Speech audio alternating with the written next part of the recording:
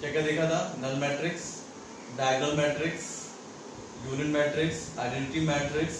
ठीक है, identity matrix में क्या होता है, जिनके डायगोनल एलिमेंट सारे के सारे इक्वल होते हैं। स्केलर मैट्रिक्स में इक्वल होते हैं, बट यूनिट मैट्रिक्स और आइडेंटिटी मैट्रिक्स में क्या होता है, उनके सारे के सारे डायगोनल के एलिमेंट कैसे होते हैं, इक्वल टू 1 होते हैं। और इन सभी कंडीशन क्या थी, सभी की सभी वो स्क्वायर मैट्रिक्स होने चाहिए। उसी के क्रम में एक सवाल हम देखते हैं कि अभी हमने इससे जस्ट पहले देखा था कि दो मैट्रिक्स इक्वल कब होती हैं। ये आपको एक इक्वल मैट्रिक्स में सवाल दिया गया है। क्या है, पहला एलिमेंट है यहाँ पे x plus y 2 5 plus z x y. ये इसका ऑर्डर कितना है, 2 क्रॉस 2, यानी कि first row second row first column second column, that means ये 2 क्रॉस 2 की मैट्रिक्स है। यहाँ पर भी 2 रो 2 कॉलम है, यानी स्क्वायर मैट्रिक्स है। इक्वल मैट्रिक्स की बात कर रहा है ताकि ईच एंड एवरी एलिमेंट कैसे होंगे, इक्वल होंगे। यानी हम इस सवाल को अपने क्लास 9th वाले सवाल में कन्वर्ट कर लेते हैं, क्या, एज अ लीनियर इक्वेशन। क्या कह रहा है ये चिल्ला चिल्ला के सवाल, x प्लस वाई क्या होगा, 6 के बराबर, 2 किसके बराबर है, 2 है, 5 प्लस जेड किसके बराबर होगा, 5 के, x y किसके बराबर होगा, 8 के। ठीक है, 3 equation, first second third, 3 equation, 3 unknown, easily solve कर सकते हैं हम। यहाँ पे हमें x y z की वैल्यू चाहिए थी, यहाँ पे हमें x y z की वैल्यू चाहिए, यानी 3 इक्वेशन 3 अननोन, हम यहाँ से वेरी इजी गोइंग से हम यहाँ पे x और y z की वैल्यू फाइंड कर सकते हैं। एज ए क्लास 9th में हमने सवाल लगाए होंगे, उस तरीके के सवाल है। ठीक है, इसे हम लोग सॉल्व करते हैं। चलिए स्टार्ट करिए। हमें x y z की वैल्यू चाहिए, कैसे करेंगे, इक्वेशन नंबर 2 से देख सकते हो। यहाँ से हमें क्या मिल जाएगा, z की वैल्यू मिल जाएगी कितनी, 5 plus z is equal to 5, that means z is equal to 5 minus 5, कितना आया, 0। यहाँ से यहाँ पे z की वैल्यू मिल चुकी है। ओके, अब हम z की वैल्यू यहाँ मिल गई, अब हम ऊपर दोनों से क्या कर सकते हैं, x y की वैल्यू फाइंड कर सकते हैं। यानी यहाँ से आप ऐसा भी कर सकते हो कि ये मल्टीप्लाइड में है, तो x की वैल्यू यहाँ से फाइंड करके यहाँ पे पुट कर दो इन टर्म्स ऑफ y, क्या आ जाएगा, x y is equal to 8, x y is equal to 8 and x is equal to 8 upon y। इसकी वैल्यू को उठा के यहाँ पुट कर दिया जाए, क्या आ जाए, ये x हमारा ये एक ही है, इससे आप कंफ्यूज मत होइएगा, सेम है वो। तो इसको पुट करेंगे इक्वेशन नंबर 1 में, 8 प्लस वाई, यहाँ आप दोबारा लिख सकते हैं x plus y is equal to 6, x की वैल्यू यहाँ पुट किया, 8 plus y is equal to 5। ठीक है, अब आप समझ सकते हो ये क्या बन जाएगा, क्वाड्रेटिक इक्वेशन बन जाएगी। बात क्लियर हो रही है, कैसे देखते हैं। यहाँ पे 8 वाई स्क्वायर, वाई नीचे एलसीएम लिया, तो 8 plus y square is equal to 5 y square minus 5 y plus 8 is equal to 0। This is a quadratic equation. ये क्वाड्रेटिक इक्वेशन है। यहाँ पे y के 2 सॉल्यूशन मिलेंगे, आप आसानी से फाइंड कर सकते हो, क्लियर है, या फैक्टर मेथड से फाइंड कर सकते हो, या आपको एक फॉर्मूला भी याद होगा। तो फैक्टर मेथड से हम देख सकते हैं, यहाँ पे वेरी इजी है, वाई स्क्वायर, यानी यहाँ पे हम कह सकते हैं कितना, 8 के फैक्टर निकालिए, इस तरीके से निकालिए कि वो 5 वाई हो जाए।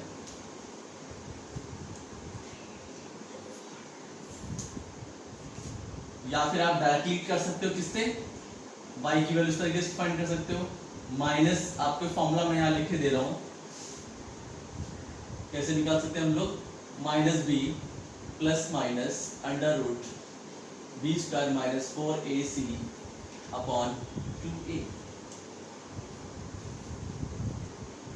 यहाँ पे ax square plus by plus c is equal to 0। इस क्वाड्रेटिक इक्वेशन के 2 सॉल्यूशन आएंगे, तो कौन कौन से, पहला minus b plus under root b square minus 4ac upon 2a, दूसरा आएगा माइनस बी और माइनस के साथ दिया जाएगा। तो हम यहाँ से y की वैल्यू फाइंड कर सकते हैं, क्या आ जाएगी, y is equal to minus b होगा ना, तो माइनस साइन तो ऑलरेडी माइनस बी यानी कि b की वैल्यू कितनी है -5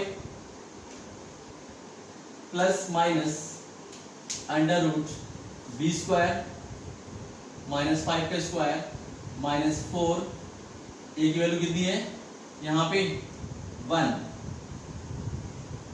इंटू सी 8 अपॉन 2 इंटू 1। इसे सॉल्व कर लीजिए, y की दो वैल्यू मिल जाएंगी, कर सकते हैं हम लोग यहाँ से। यहाँ देखिए जरा 5 प्लस माइनस अंडर रूट 25, आप लोग साथ साथ करते भी चलिए, बाद में फिर हम ये मत कहिएगा सर ने मौका नहीं दिया, रफ कर दिया। और यहाँ से कितना मिलेगा हमें 32 अपॉन 2, ठीक है। अब यहां से आप देख सकते हो कि अंडर रूट के अंदर की जो चीज कैसी होती है, पॉजिटिव होती है। प्लीज यहाँ पे थोड़ा ध्यान रखिए, थोड़ा आप लिख रहे हो तो उसे रोक लीजिएगा। आपको अच्छे से पता होना चाहिए कि अंडर रूट के अंदर की जो चीज होती है वो कैसी होती है, पॉजिटिव होती है। और यहाँ कैसा मिल रहा है, निगेटिव, यानी आप यहाँ समझ सकते हो कि इसके जो वैल्यूज आएंगी, सोल्यूशन आएंगे, कैसे आएंगे, इमेजिनरी, यानी यहाँ पे हमें इमेजिनरी वैल्यू मिलने वाली है। तो 25 से 32 माइनस करेंगे तो कितना आ जाएगा, -7, यानी 5 प्लस माइनस, और इसको यहाँ -7 मिलेगा, तो हम लोग इस तरीके से भी लिख सकते हैं, इसको हम लोग लिखा जा सकता है अपॉन 2। ये जो वैल्यू है, ये चीज, इसे हम लोग इमेजिनरी वैल्यू बोलते हैं, इसे आई लिख सकते हैं √7, यानी y की दो वैल्यू आ गई 5, यानी y की वैल्यू आप इस तरीके से लिख सकते हो 5, और दूसरा लिख सकते हो 5 माइनस आई अंडर √7 अपॉन 2, ये दो वैल्यू मिल गई। यानी x की वैल्यू कितनी आई, अब इसके रिस्पेक्ट में x की वैल्यू आ जाएगी 8 अपॉन कर देंगे, x की भी दो वैल्यू आएंगी, x की दो वैल्यू आएंगी क्या, 8/y, यानी ये 2 ऊपर चला जाएगा, x की वैल्यू आ जाएगी तुम्हारे पास कितना, 16 अपॉन 5 प्लस आई √7, 16 अपॉन 5 माइनस आई √7। तो ये x की वैल्यू मिल गई, y की वैल्यू मिल गई, और z की वैल्यू दोनों की कंडीशन में क्या रहेगी, 0 रहेगी। बात सही है, चलिए इसे आप नोट कर लीजिए जरा। अच्छा सवाल था, अक्सर जब बोर्ड एग्जाम में ये आ जाता है, बहुत इजी सवाल है, लेकिन हम लोग जैसे ही इमेजिनरी रूट आए आगे जैसे बढ़ते सवाल में, तो ये सवाल हम लोग आपका यहाँ मैट्रिक्स यहीं पे खत्म हो गई थी। जैसे आपने ये सवाल यहाँ से इस सवाल में यहाँ कन्वर्ट किया, ये सवाल मैट्रिक्स से खत्म। अब ये सवाल किसका बन गया, क्लास 9 वाला बन गया, 9 और 10 का सवाल बन गया ये आपके लिए, और इसको आपने फिर आगे कंटिन्यू कर लिया। तो ये मत सोचिए कि बेसिक्स काम नहीं आएगा, आपके क्लास 9 10 सब काम आने वाला है, बशर्ते हमें सारे के सारे कॉन्सेप्ट अच्छे से क्लियर होने चाहिए। मैट्रिक्स यहाँ इतना ही था कि ये दो मैट्रिक्स इक्वल मैट्रिक्स है, that means each and every element are equal, 3 unknown 3 equation easily आप फाइंड कर सकते हो। ओके, चलिए इसे हम लोग रफ करते हैं, नेक्स्ट देखते हैं। तो इसी के आगे हम लोग फिर एक देखते हैं, सवाल देखते हैं। ये भी न्यूमेरिकल हमारा इक्वल मैट्रिक्स का ही है। यहाँ पे हमारी मैट्रिक्स 2 क्रॉस 2 की है, यहाँ भी 2 क्रॉस 2 की मैट्रिक्स है। यहाँ पे यानी each and every corresponding elements in 2 matrix are equal. तो हम इसको फिर से नोट कर लेते हैं, a minus b is equal to -1, 2a plus c is equal to 5, 2a minus b is equal to 0 and 3c plus d is equal to 30। यहाँ पे हमारे पास 4 वेरिएबल है, a b c d, 4 variable, 4 equations, इन्हें solve कर लिया जाए। क्या किया जाए इसको हम लोग देख सकते हैं, आप अपने हिसाब से जैसे चाहो वैसे मैनेज करिए। Equation number 1, equation number 2, equation number 3 and equation number 4। तो हम इक्वेशन नंबर 3 से उठाते हैं तो हमें ए और बी में रिलेशन मिल जाएगा डायरेक्टली, और इसमें हम पुट कर सकते हैं, या फिर हम इन दोनों को ही ले लें तो भी हम यहाँ पे सॉल्व कर सकते हैं। कैसे? In case of equation 1, in equation 1 and 3 क्या है? a minus b is equal to -1, 2a minus b is equal to 0। इन दोनों को सब्ट्रैक्ट कर दिया जाए, सब्ट्रैक्ट करेंगे तो ये प्लस हो जाएगा, ये कैंसिल हो जाएगा, यहाँ से कितना आ जाएगा? -a -1। यहाँ से हमें a की वैल्यू मिल गई directly, a is equal to 1, तो a इज इक्वल टू 1 मिल गया, a की वैल्यू 1 है, तो a की वैल्यू को हम पहले इक्वेशन में पुट कर दें, a minus b is equal to -1, ये -1 minus b is equal to -1, तो b की वैल्यू कितनी मिल गई हमें? 0। ठीक है, a की वैल्यू 1, b की वैल्यू 0 मिल गई। अब हम जब a की वैल्यू मिल गई तो हम इक्वेशन नंबर 2 में रख दें। यदि हम इक्वेशन नंबर 2 में रख देते हैं 2a प्लस c is equal to 5, a की वैल्यू 1 है,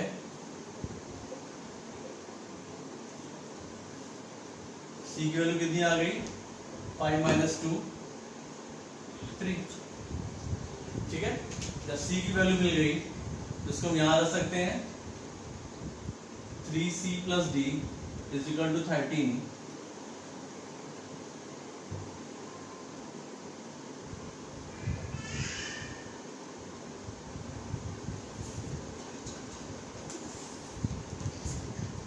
माइनस 9 कितना हो जाएगा हमारे पास? 4। यानी a की वैल्यू मिल गई 1, b की वैल्यू 0, c की वैल्यू 3 एंड d की value 4। This is the required answer. Okay, जल्दी तो नहीं हो रहा ना? हम काफी कोशिश कर रहे हैं कि स्लो चलने की, जिससे आप लोगों को अच्छे से नोट करने का टाइम मिल जाए और आप अच्छे से चीजों को समझते चलें। बहुत इजी सवाल था, वही दो मैट्रिक्स इक्वल हमारे पास है, इक्वल मैट्रिक्स है, यानी each and every corresponding elements are equal.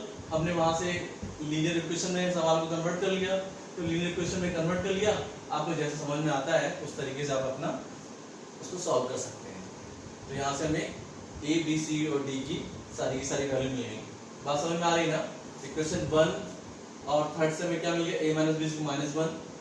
फिर से मैं एक्सप्लेन कर दे रहा हूँ, 2a minus b is equal to 0, तो इनको हम माइनस कर देंगे, यहाँ से minus a is equal to क्या मिल गया? -1। a की वैल्यू कितनी मिल गई? 1। a minus b is equal to -1, a की वैल्यू को हमने पुट कर दिया। a की वैल्यू कितनी थी यहाँ पे? सॉरी, a की वैल्यू यहाँ पे 1 थी ना? a की वैल्यू थी 1 है, तो यहाँ -1 हमने साथ गलती से रख दिया है, यहाँ से 1 कर देंगे यहाँ से। तो a की वैल्यू 1 है, तो b की वैल्यू कितनी आ जाएगी? -1 देन -1, तो b की वैल्यू आ जाएगी -2, माइनस से माइनस कैंसिल, b की वैल्यू 2। ठीक है, यहाँ से गलत हो गई इसलिए दोबारा अच्छा हुआ हम लोग ने रिवाइज कर लिया। ठीक है, b की वैल्यू 2 आ गई, और बाकी सवाल में इफेक्ट नहीं पड़ेगा क्योंकि वहां से a से निकाला था c देन d। ठीक है, चलिए नेक्स्ट क्वेश्चन देखते हैं हम लोग। ठीक है, तो उसी के आगे हम लोग फिर से कर रहे हैं, तो कंटिन्यू कर रहे हैं। अभी तक हमने देखा कि इक्वल मैट्रिक्स क्या होती है, जब दो मैट्रिक्स के ऑर्डर इक्वल होते हैं और उनके each and every corresponding elements equal होते हैं। तो अब हम लीनियर इक्वेशन, अभी तक हमने देखा कि करस्पॉन्डिंग एलिमेंट्स के अकॉर्डिंग हम उनको अपने लीनियर इक्वेशन में कन्वर्ट कर रहे थे, और फिर क्लास 9th 10th की तरह हम वेरी इजी गोइंग से उसको उन वेरिएबल्स के वैल्यूज को फाइंड कर रहे थे। अब हम एक चीज देखते हैं, हम इस सवाल को लेने से पहले एक चीज आपसे और डिस्कस करना चाहेंगे कि किसी भी मैट्रिक्स के अंदर किसी भी स्केलर क्वांटिटी का यदि हम मल्टीप्लाई करते हैं, किसी भी स्केलर क्वांटिटी का या स्केलर वैल्यू का, दैट इज एक न्यूमेरिकल वैल्यू का हम किसी मैट्रिक्स में मल्टीप्लाई करते हैं, तो उसके रिजल्ट में क्या फर्क पड़ता है और एक्चुअली में क्या हैपेंड होता है। इस चीज जो मैंने ये ब्लैक बोर्ड पे लिख रखी है, इसको पढ़ने से पहले थोड़ा हम सवाल भी समझ लेते हैं। सपोज एक मैट्रिक्स मैंने यहाँ लिया a 3 2 4 फाइन, ठीक है। अब इस मैट्रिक्स में हम सपोज करना ये कर रहे हैं कि हम इसमें 2 से मल्टीप्लाई करना चाहते हैं। इस मैट्रिक्स के अंदर हम 2 से मल्टीप्लाई कर रहे हैं, यानी हम एक वैल्यू है 2 यानी k, यहाँ k ले रहे हैं, उससे मल्टीप्लाई कर रहे हैं। इस 2 से मल्टीप्लाई करने का मतलब हुआ है क्या है कि इस मैट्रिक्स के अंदर each and every element is multiplied by 2, यानी इस A के जितने भी एलिमेंट यहाँ पे अवेलेबल होंगे सभी एलिमेंट के साथ 2 का मल्टीप्लाई होगा। जैसे कि 3 इंटू 2 क्या आ जाएगा 6, 2 इंटू 2 4, 4 इंटू 2 8, 5 इंटू 2 10, यानी कि 2A यानी हमारी एक नई मैट्रिक्स बन गई। इस A मैट्रिक्स में 2 का मल्टीप्लाई किया तो क्या निकला, इन सभी एलिमेंट के साथ इस 2 का, इस स्केलर फैक्टर का, इस स्केलर वैल्यू का मल्टीप्लाई कर दिया।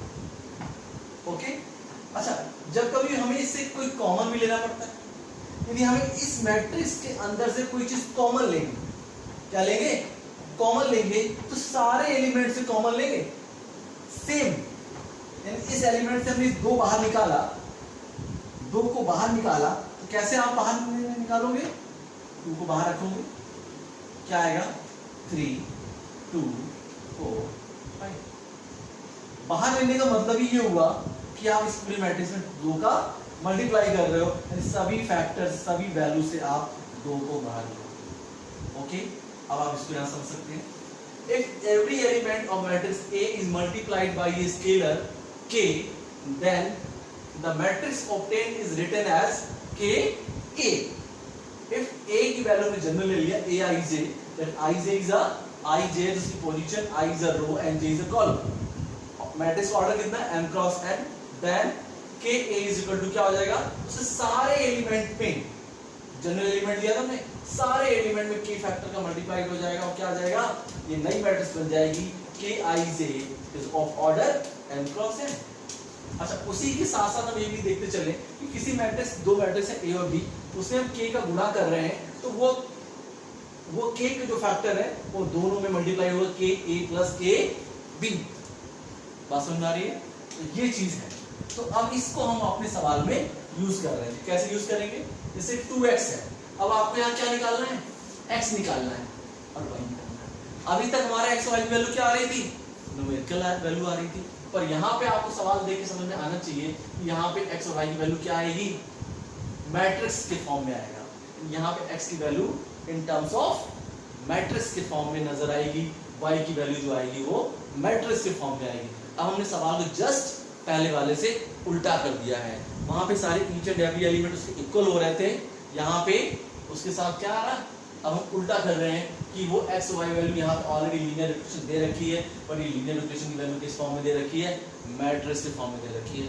अब प्लीज स्टूडेंट्स, ये न्यूमेरिकल जो वैल्यूज है, न्यूमेरिकल की जो वैल्यू है, ये वैल्यू के सवाल जो है ये एग्जाम में आपको 100% 2 से 5 नंबर पे जरूर पूछे जाते हैं, बहुत इजी होते हैं, यहीं पे स्लीप मिस्टेक कर देते हैं हम लोग और स्कोरिंग जो होता है हमारा, यहाँ से स्कोर हमारा गड़बड़ा जाता है। ठीक है, अब हम इस सवाल को लेते हैं, सवाल को हैंडल करने की कोशिश करते हैं। ठीक है,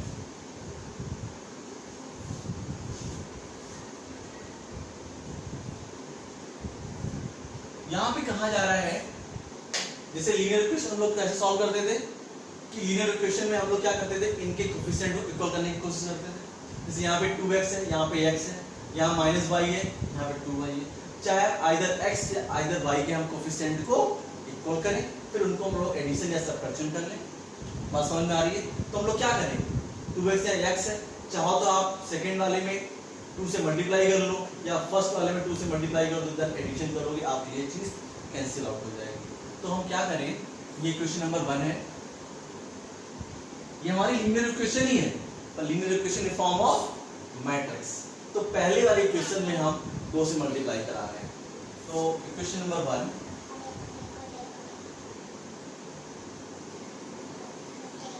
equation number 1 is multiplied by, यानी कि यहां से मल्टीप्लाई करेंगे क्या आएगा, 4x माइनस 2y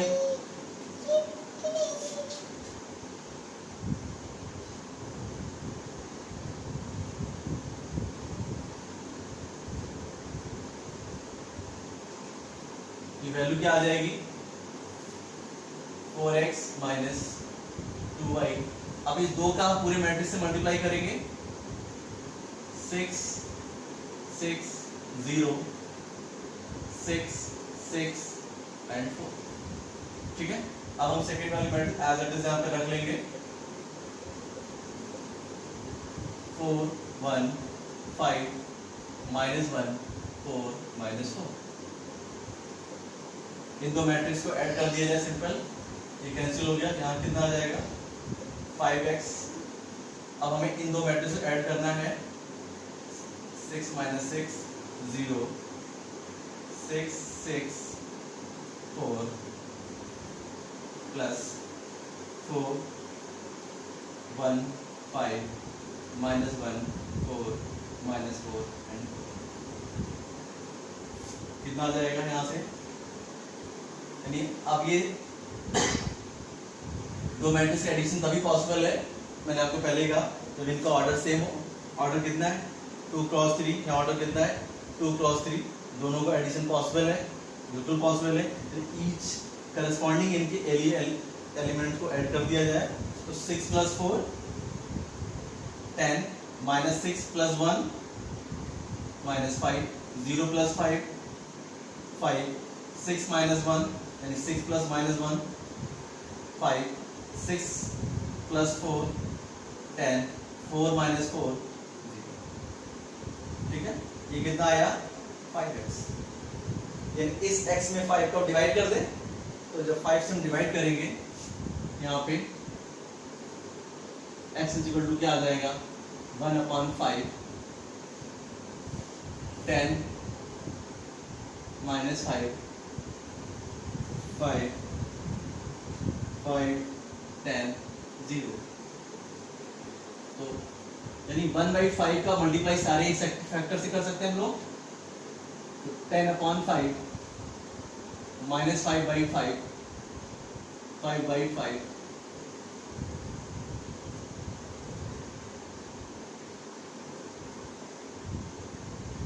कितना आ जाएगा 2 माइनस 1 1 1 2 और 0। जब भी किसी जीरो से हम लोग डिवाइड करते हैं तो क्या आता है, वो वैल्यू क्या आती है 0 आती है। यहाँ से हमने x की वैल्यू फाइंड कर लिया, बात क्लियर है। जहाँ से हमें x की वैल्यू मिल गई तो हम y की वैल्यू फाइंड कर सकते हैं। यहाँ पे x की वैल्यू रख दिया जाए, यहाँ से y की वैल्यू कर देंगे। ये चीज हो गया, देख लिया जाए। मेरा ब्लैक बोर्ड भर चुका है, अब मुझे इसको रफ करना पड़ेगा, तो मैं इसे रफ कर देता हूँ। इससे पहले आप लोग इसे नोट कर लें। नोट हो गया है, ठीक, ओके। अब हम क्या करेंगे, हमने यहाँ पे कुछ नहीं किया, अभी आपको पहले बता दूं। इसे रफ करने से पहले ये क्वेश्चन नंबर 1 थी, ये क्वेश्चन नंबर 2 थी।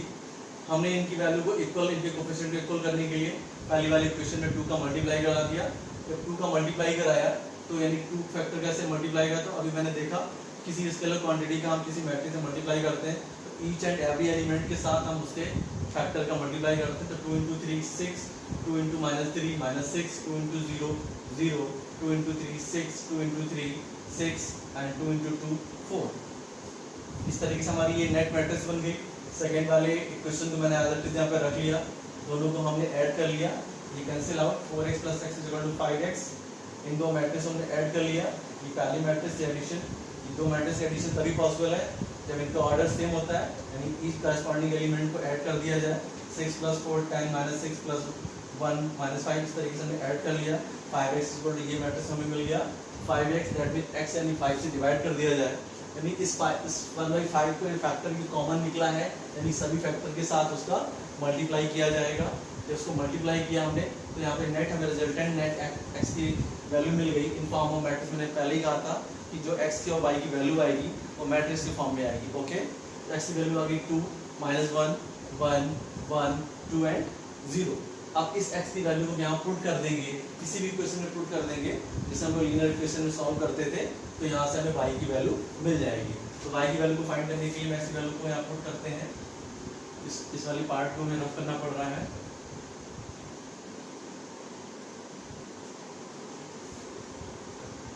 इस x की वैल्यू को हम इसमें रखना हमारे लिए इजी होगा, तो यहाँ से हम रख देते हैं 2 -1 1 1 2 0 प्लस 2y 4 1 5 -1 4 -4। बात सबको समझ में आ रही है अच्छे से? आई थिंक मेरे हिसाब से किसी को डाउट नहीं होना चाहिए। कोई भी डाउट हो तो आप क्वेरी सेक्शन में आप अपने डाउट्स को क्लियर कर सकते हैं। आपको उसके लिए अलग से टाइम दिया जाएगा, आप उससे बेसिकली वेरीफाई करोगे, जैसे चाहे वैसे क्वेश्चंस आप पूछ सकते हो। तो इसमें हम लोग जैसे लीनियर इक्वेशन को सॉल्व करते थे, इस 2y यहाँ पे रहा, 4 1 5 -1 4 -4। अब ये हमारी मैट्रिक्स पॉजिटिव है, इधर जाएगी तो कैसी हो जाएगी? नेगेटिव हो जाएगी। 2 -1 1 -1 2 0। ठीक है, आपने पहले ही कहा था एडिशन एंड सब्ट्रैक्शन तभी पॉसिबल है जब उनका ऑर्डर सेम हो। इन सभी का ऑर्डर सेम है, 3 क्रॉस 2 क्रॉस 3 2 क्रॉस 3। तो सारे एलिमेंट को करस्पॉन्डिंग एलिमेंट को सब्ट्रैक्शन कर दिया जाए। 4 - 2 2 1 - -1 यानी 1 माइनस माइनस क्या हो जाएगा? ऐड हो जाता है 2 5 - 1 4 -1 -1 -2 4 - 2 2 -4 -0 -4। ठीक है, अब इस y से 2 को डिवाइड कर दिया जाए तो 2 2 4 -2 2 -4। अब इससे 2 का सारे में मल्टीप्लाई कर दें, तो 2 के साथ मल्टीप्लाई करोगे तो 2/2 -2/2, यहीं से लोग दे सकते हैं 2/2 2/2 4/2 -2/2 एंड 2/2 -4/2। तो नेट हमारा रिजल्ट आ गया y = 1 1 2 -1 1 and -2। This is your answer। ठीक है भाई, तो हमें यहाँ से x और y की वैल्यू निकालनी थी।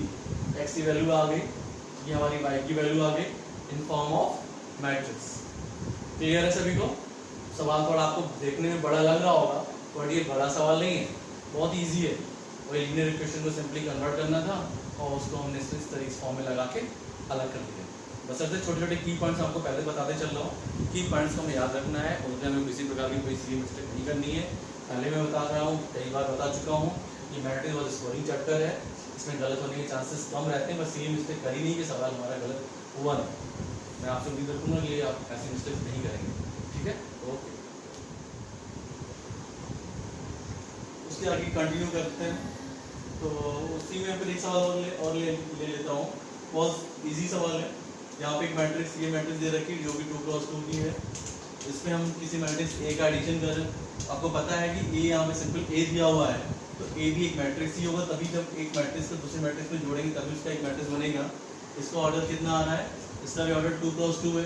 तो यहाँ से ये तो बिल्कुल क्लियर हो गया कि जो ए होगा उसका भी ऑर्डर 2 क्रॉस 2 का ही होने वाला है, क्योंकि सेम ऑर्डर की मैट्रिक्स में तभी उनका ऐड किया जा सकता है और सेम ही ऑर्डर उनका आता है। तो अभी सवाल में देखा उस तरीके से करते हैं। ए इक्वल टू कितना आ जाएगा? 2 0 0 2 minus 1 minus T 2 3 1 minus T.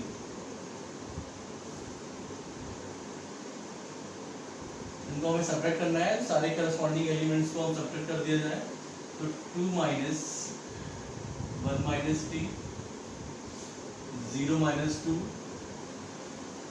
0 minus 3 and 2 minus. ठीक है, k इक्वल टू कितना आ जाएगा यहाँ पे?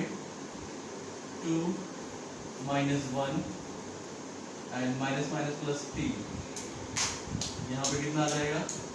-3 -2 2 - 1 and plus t, then result हमारा कितना आ जाएगा 1 + t -2 -3 1 + योर आंसर। आप समझ सकते हो सवाल से बहुत इजी वही आते हैं बट सर तो एक कॉन्सेप्ट गलत ना हो। ठीक है, यहाँ पे देखो ये आगे 2 × 2 की मैट्रिक्स है, t यहाँ पे वेरिएबल है और यहाँ पे ये वेरिएबल था तो a भी हमारा वेरिएबल के फॉर्म में ही आएगा वहाँ पे। तो हमें यहाँ से a की वैल्यू मिल गई। इसके अंदर की जो एलिमेंट क्या है 1 + t -2 -3 1 + t। ठीक है, इनके डायगोनल एलिमेंट आप देख सकते हो इक्वल है, तो ये इसका रिजल्ट हुआ। ओके,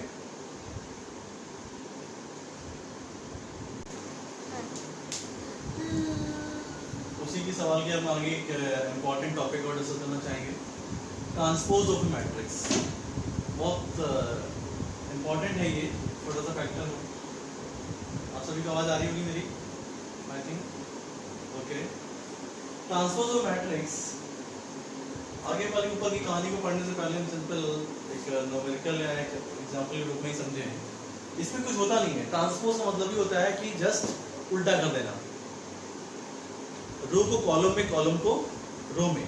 यानी आप ऐसे समझ सकते हो कोई मैट्रिक्स है जिसका ऑर्डर m × n है, तो जब उसको ट्रांसपोज करेंगे तो उसका ऑर्डर जस्ट चेंज हो जाए, क्योंकि उसके रो कॉलम में कन्वर्ट हो चुके होंगे और कॉलम उसके रो में कन्वर्ट हो चुके होंगे।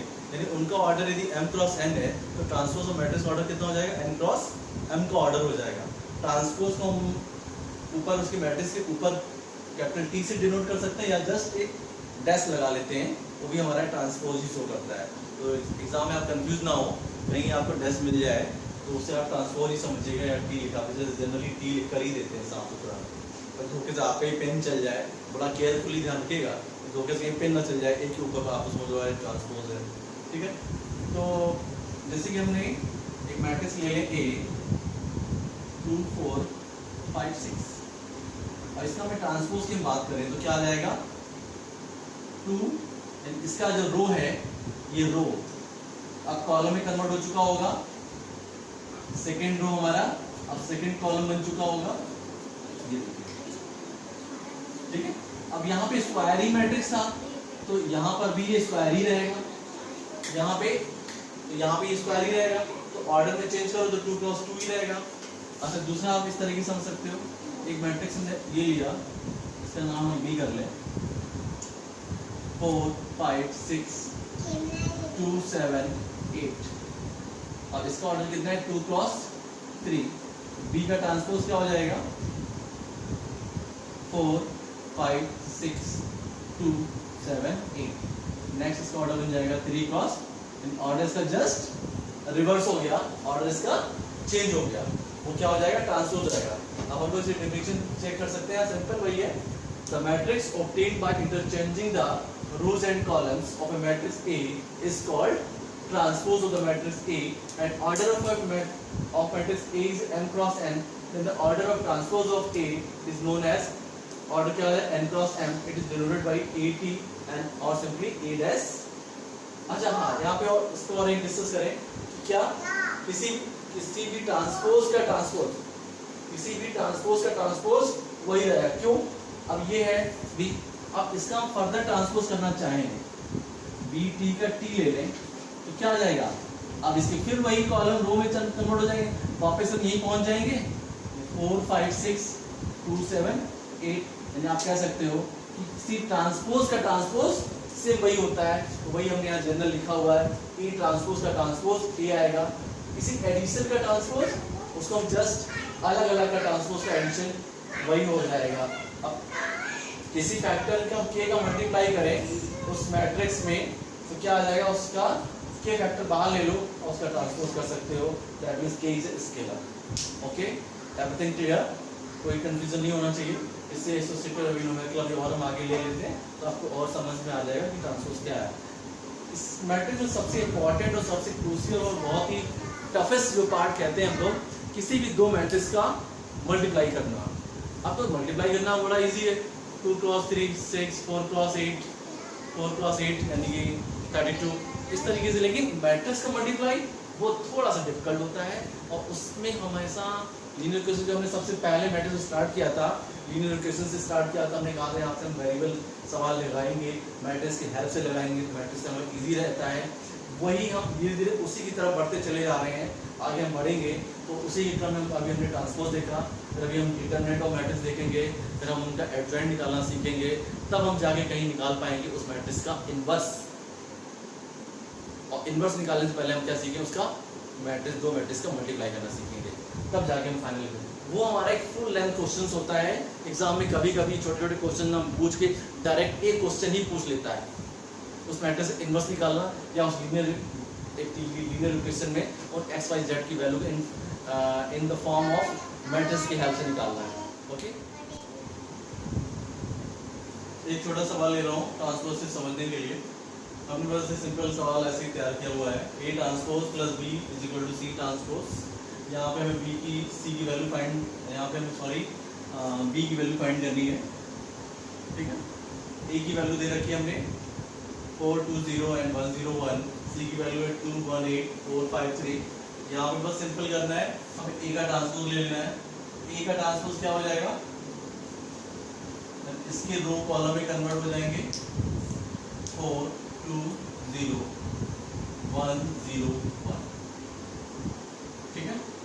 इसी तरीके से सी का ट्रांसपोज क्या हो जाएगा 2 1 8 4 5 3। इन सभी की वैल्यू को उसमें पुट कर देंगे, then find value of b, very easy. तो 4 1 2 0 0 1,